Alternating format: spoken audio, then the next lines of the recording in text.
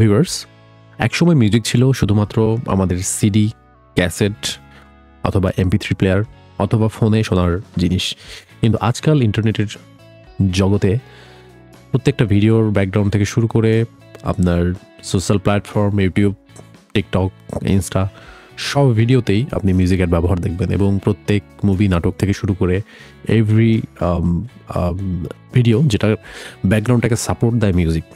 তো আপনাদের মনে হয়তো অনেক সময় প্রশ্ন এসে থাকবে যারা নতুন আছে যে মিউজিক কীভাবে ক্রিয়েট করে, একদম যারা মিউজিক সম্পর্কে কোনো আইডিয়া নেই, যাদের জাস্ট অ্যান্ড কমন লিসেনার, তাদের পার্সপেক্টিভ থেকে হয়তোবা মনে প্রশ্ন আসতে পারে যে মিউজিক কীভাবে ক্রিয়েট করে।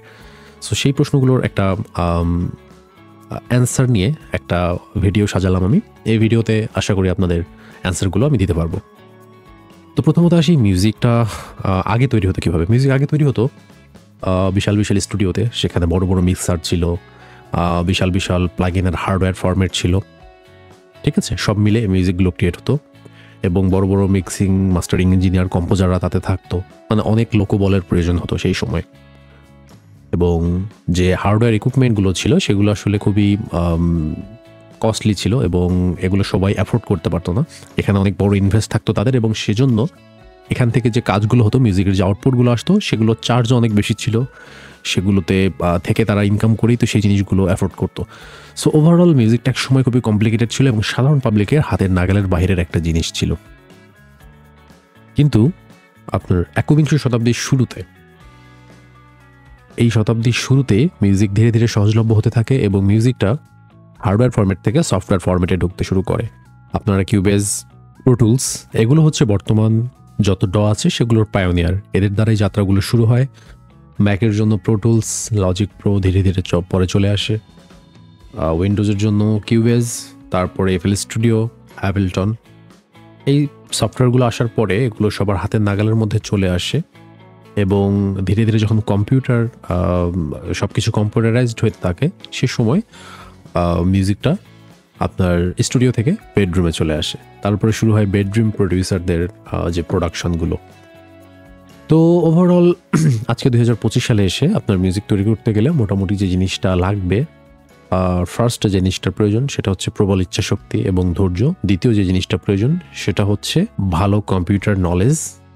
তৃতীয় যে জিনিসটার প্রয়োজন সেটা হচ্ছে মিউজিকের একটা ভালো কোর্স অথবা আপনার মিউজিক থিওরির ভালো নলেজ। চতুর্থ যে জিনিসটা লাগবে সেটা হচ্ছে যে এটা কোনো বাধ্যতামূলক কিছু নয়, বাট জানা থাকলে ভালো। সেটা যদি আপনি কিবোর্ড প্লে করতে পারেন, এটা আপনার মিউজিক তৈরির যে টাইমটা আছে সেটাকে সিগনিফিকেন্টলি কমিয়ে আনবে এবং এটা অনেকটা সহজ হবে আপনার কাজের ক্ষেত্রে। তারপরে আপনার যে জিনিসটার প্রয়োজন সেগুলো হচ্ছে পর্যাপ্ত পরিমাণ VST প্লাগইন এবং প্রয়োজনীয় আনুষঙ্গিক যে সফটওয়্যারগুলো। এগুলো তো গেল সফটওয়্যার। এরপরে আসি যে আমাদের হার্ডওয়্যার কী লাগতে পারে। সবচেয়ে ইম্পর্টেন্ট যে জিনিসটা আপনার লাগবে সেটা হচ্ছে একটা ভালো মাইক্রোফোন, কন্ডেন্সার মাইক্রোফোন, সাথে পপ ফিল্টার অবশ্যই লাগবে। তারপরে প্রয়োজন একটা ভালো স্টুডিও মনিটরিং হেডফোন।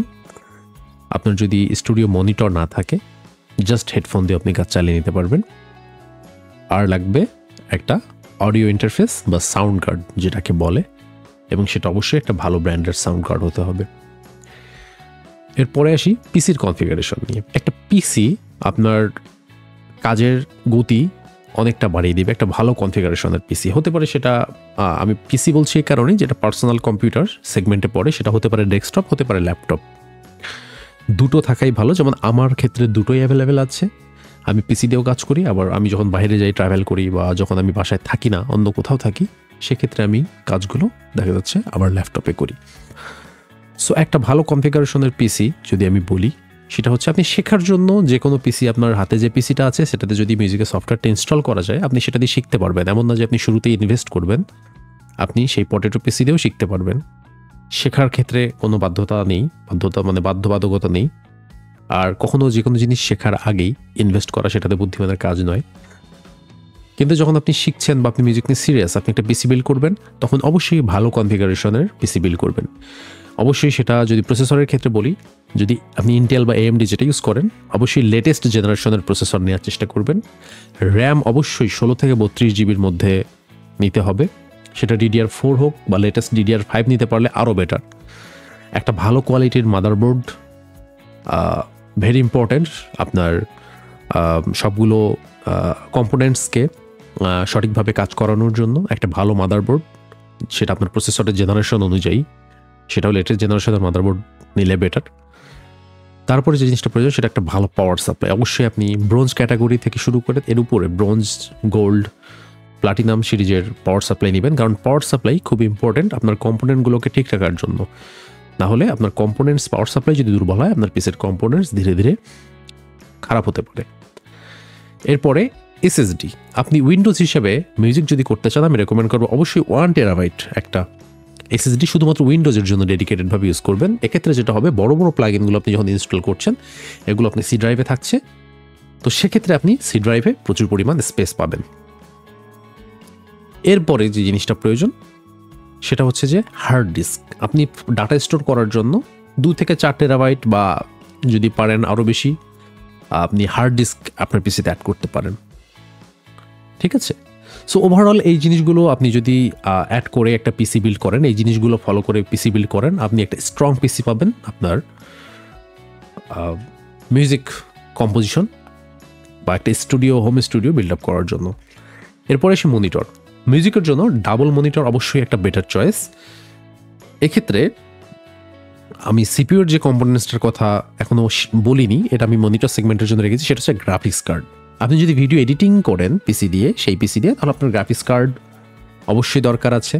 আপনার ম্যাক্সিমাম মাদারবোর্ডের মধ্যেই দুটো আউটপুট, ডিসপ্লে আউটপুট বা মনিটর আউটপুট থাকে। সেক্ষেত্রে আপনি দুটো মনিটর চালাতে পারলে আপনার গ্রাফিক্স কার্ড, দেখা যাচ্ছে মাদারবোর্ড থেকে যদি দুটো মনিটর চালাতে পারেন, তাহলে আপনার গ্রাফিক্স কার্ডের প্রয়োজন নেই।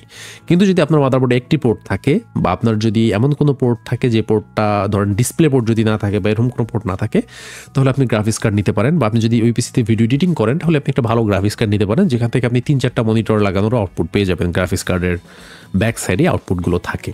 তো গ্রাফিক্স কার্ড মিউজিক কম্পোজিশনের পিসির জন্য ম্যান্ডেটরি কিছু না, বাধ্যতামূলক কিছু না। আপনি যদি ওই পিসি দিয়ে গেমিং করতে চান বা ভিডিও এডিটিংয়ের কাজ করতে চান, সেক্ষেত্রে অবশ্যই আপনি গ্রাফিক্স কার্ডটাও লাগিয়ে নেবেন। আদারওয়াইজ গ্রাফিক্স কার্ডের প্রয়োজন নেই। আপনি এখন বর্তমান সময় লেটেস্ট জেনারেশনে যে কোনো মাদারবোর্ড দিয়ে আপনি মিনিমাম 2টো মনিটর ইজিলি চালাতে পারবেন। সো 2টো মনিটর থাকলে বেটার। আদারওয়াইজ একটা মনিটর দিয়ে করতে পারেন। যেমন আমার ক্ষেত্রে আমি একটা ultra wide 2K monitor use করি। সো এটা আমার ডাবল মনিটরের কাজটা এখানে আর কি অনেকটাই হয়ে যায়, বাট ডাবল মনিটরে আরও কিছু সুবিধা আছে। সো এটা হচ্ছে একটা বেটার চয়েস। সো ওভারঅল এই জিনিসগুলো যদি আপনার হাতে থাকে, তাহলে আপনি এই একটা ডেস্কটপ বিল্ড করতে পারেন, যেটা আপনার হোম স্টুডিওর জন্য বেটার। এখন সেই ল্যাপটপের কথায়, সেম কনফিগারেশনে না হোক, যেহেতু ল্যাপটপের প্রাইসটা অনেক বেশি থাকে, আপনি মোটামুটি মিড লেভেলের একটা ল্যাপটপ যদি কালেক্ট করতে পারেন, বাংলাদেশের টাকায় 30-35 হাজার বা 25,000 থেকে শুরু করে 30-35-এর মধ্যে যে ক্যাটাগরিতে আপনি চাইলে একটা সেকেন্ড হ্যান্ড ল্যাপটপ নিতে পারেন, বা রিফারবিশ যে ল্যাপটপগুলো আছে সেগুলো নিতে পারেন। তো এই সেগমেন্টের মধ্যে মিনিমাম আপনি i5 8 জেনারেশন প্লাস যে ল্যাপটপগুলো আছে 16GB র্যাম নিতে পারলে ভালো। ল্যাপটপের এসএসডি খুব কম থাকে, সেক্ষেত্রে আপনি 512 এসএসডি যদি লাগাতে পারেন, এই কনফিগারেশন মোটামুটি একটা ল্যাপটপ যদি আপনি নিতে পারেন, তাহলে আপনার কাজের জন্য এটা অনেক হেল্প করবে। আমার ল্যাপটপ আছে, আমি ল্যাপটপ নিয়ে একটা সেপারেট ভিডিও দিব, যে আমি কী ল্যাপটপ দিয়ে কাজ করি, কী ধরনের আমার কী ল্যাপটপ আছে, কী কনফিগারেশন। আরেকটা জিনিস, ল্যাপটপের ক্ষেত্রে যেহেতু স্পেস অনেক কম্প্যাক্ট থাকে, অর্থাৎ সেখানে যদি একটা এসএসডি লাগানোরই জায়গা থাকে মিড লেভেলের গুলোতে, সেক্ষেত্রে আপনি পুরো এসএসডিটাই, যেটা 500GBটাই আপনি উইন্ডোজের জন্য বরাদ্দ রাখবেন, এবং আপনি একটি হার্ড ডিস্ক এনক্লোজার কিনবেন। এটা আপনি দারাজ থেকে বা যে কোনো ওয়েবসাইট থেকে পেয়ে যাবেন। এই এনক্লোজারটাতে আপনি একটা হার্ড ডিস্ক ঢুকিয়ে সেটা আপনি ইউএসবি দিয়ে আপনার ল্যাপটপে কানেক্ট করলে আপনি এক্সট্রা যে স্টোরেজটা সেটা পেয়ে যাবেন। এটা মূলত আপনি যখন কাজ করবেন বা আপনার এক্সট্রা ফাইলের প্রয়োজন হবে, জাস্ট ইউএসবিটা কানেক্ট করে দিলেই আপনি আপনার ফাইলগুলো পেয়ে যাচ্ছেন। এটা আপনি সাথে বহন করতে পারবেন। So it's a good choice. So overall এই জিনিসগুলো থাকলে আপনার হাতে তারপরে যে জিনিসগুলো আসে হচ্ছে আপনি প্লাগইন এবং সফটওয়্যার কোথা থেকে কালেক্ট করবেন। আপনি প্রথমত শিখতে চাইলে প্লাগইন এবং সফটওয়্যার যেগুলো ফ্রি পাওয়া যায় গুগলে, সেগুলো দিয়ে আপনি প্রথমত ট্রাই করতে পারেন, অথবা আপনি যদি কারো কাছে শেখেন এবং বেস্ট ওয়ে আপনি যদি এখানে ইনভেস্ট করতে চান, আপনার ট্রাস্টেড কারো কাছ থেকে আপনি পারচেস করতে পারেন। ঠিক আছে, আপনি মিউজিক নিয়ে সিরিয়াস থাকলে আমি বলবো যে শুরু থেকে পারচেস করে কাজ করার শেখাটাই বেটার। সেক্ষেত্রে আপনি প্লাগইনগুলোর সাথে শুরু থেকেই একটা আপনি পরিচিতি হবে আপনার, এবং আপনি সেটা ভালোভাবে শিখতে পারবেন। সো প্লাগইন এবং সফটওয়্যার আপনি দুটো, ইদার আপনি ফ্রি যেগুলো আছে অ্যাভেলেবেল ইন্টারনেটে সেগুলো আপনি ট্রাই করতে পারেন, অথবা আপনি ভালো মিউজিক নিয়ে যারা কাজ করে এমন কারো কাছ থেকে আপনি প্রফেশনালি আপনার পিসিটাকে সেট আপ করে নিতে পারেন, যে প্লাগইনগুলো মানে ভালো প্রফেশনাল লেভেলের যে প্রো প্লাগইনগুলো আছে এগুলো দিয়ে আপনি শুরু থেকে ইনস্টল করে পুরো সেট আপ করে আপনি কাজ শুরু করতে পারেন বা শেখা শুরু করতে পারেন। সো মিউজিক কম্পোজিশনের জন্য মোটামুটি এই ধরনের যে আমি যে প্রসেসটা বললাম এই জিনিসগুলো যদি ওভারঅল আপনি কালেক্ট করতে পারেন, আপনি মিউজিক নিয়ে সিরিয়াস থাকেন, তাহলে এই জিনিসগুলো হলেই আপনি একটা মিউজিক কম্পোজিশন শুরু করতে পারেন বা একটা মিউজিক বানাতে মোটামুটি এগুলোই লাগে। এরপরে সবচেয়ে যে ইম্পর্টেন্ট জিনিস যেটা লাগে সেটা হচ্ছে আপনার ব্রেইন, আপনার সৃজনশীল চিন্তাভাবনা এবং একটা মিউজিক্যাল মাইন্ড। মিউজিক্যাল মাইন্ড হচ্ছে মিউজিক বানানোর প্রথম জিনিস। আপনার মাথা থেকে যদি সৃজনশীল মিউজিকের আইডিয়া না আসে, আপনি এই সফটওয়্যার প্লাগইন এত পিসি হার্ডওয়্যার এগুলো নিয়ে জাস্ট বাসায় আপনাকে ফেলে রাখতে হবে, এগুলো দিয়ে আপনি কোনো কাজ করতে পারবেন না। সো শুরুতেই যেটা বলেছি যে আপনি মিউজিক নিয়ে যদি সিরিয়াস থাকেন, আপনার যদি মিউজিক্যাল মাইন্ড থাকে, আপনি যদি মিউজিক নিয়ে কিছু করতে চান, আপনি মিউজিক শিখতে চান লাইফে, দেন আপনি এই প্রসেস ফলো করে আপনার জিনিসগুলোকে সেট আপ করে নিতে পারেন। এবং আপনি চাইলে কিবোর্ড শিখতে পারেন কোথাও থেকে, আপনি যদি কোনো ইনস্ট্রুমেন্ট বাজাতে পারেন গুড, না বাজাতে পারলেও কোনো সমস্যা নেই। মিউজিক কম্পোজারদের জন্য ইনস্ট্রুমেন্ট জানা থাকা বাধ্যতামূলক কিছু না, বাট ওভারঅল এই জিনিসগুলো ফলো আপ করে আপনি আপনার মিউজিক জার্নি শুরু করতে পারেন। আশা করি আমার ভিডিওর মাধ্যমে আপনার মিউজিকের অল এভরিথিং সম্পর্কে একটা ধারণা পেয়ে গেছেন। ভিডিওটি কেমন লাগলো কমেন্ট অবশ্যই জানাবেন, এবং আরও যদি কোনো কোয়েশ্চেন থাকে তাহলে অবশ্যই কমেন্টে আমাকে এই বিষয়ে জানাবেন। ধন্যবাদ এতক্ষণ সাথে থাকার জন্য। নেক্সট ভিডিওতে আবার নতুন কোনো টপিক নিয়ে দেখা হচ্ছে, সেই পর্যন্ত সবাই ভালো থাকবেন।